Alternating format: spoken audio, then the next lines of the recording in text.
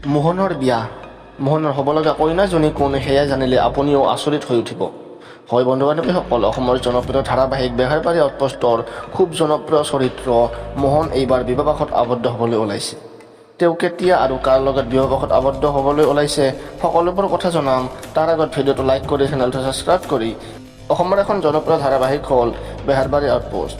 বেহাৰবাৰী আউটপোষ্টত বহুতো অভিনেতা অভিনেত্ৰীয়ে অভিনয় কৰি আছে, কিন্তু সকলোতকৈ বেছি জনপ্ৰিয় চৰিত্ৰটো হ'ল মোহন ওৰফে দীপজ্যোতি কেওট। দীপজ্যোতি কেওটে নিজে ছ'চিয়েল মিডিয়া যোগে জনায় যে তেওঁ বিবাহত আবদ্ধ হ'বলৈ ওলাইছে। লগতে তেওঁ কয় যে এই বছৰটোতে তেওঁ বিবাহপাশত আবদ্ধ হ'ব। এটা ইণ্টাৰভিউত তেওঁক প্ৰশ্ন কৰা হৈছিল যে তেওঁ কাৰ লগত বিবাহপাশত আবদ্ধ হ'ব। তাৰ উত্তৰত দীপজ্যোতি কেওট অৰ্থাৎ মোহনে ক'লে যে অতি সোনকালে তেওঁ তেওঁৰ হ'বলগীয়া পত্নীগৰাকীৰ নাম তেওঁৰ অনুৰাগীসকলক জনাব। আমি আশা কৰিছোঁ যাতে মোহনে অতি সোনকালে বিবাহপাশত আবদ্ধ হয়। আমাৰ চেনেলৰ ফালৰ পৰা দীপজ্যোতি কেওটলৈ বহুত মৰম আৰু শ্ৰদ্ধা জনালোঁ। ভিডিঅ'টো লাইক কৰক, চেনেলটো ছাবস্ক্ৰাইব কৰক। Thank U.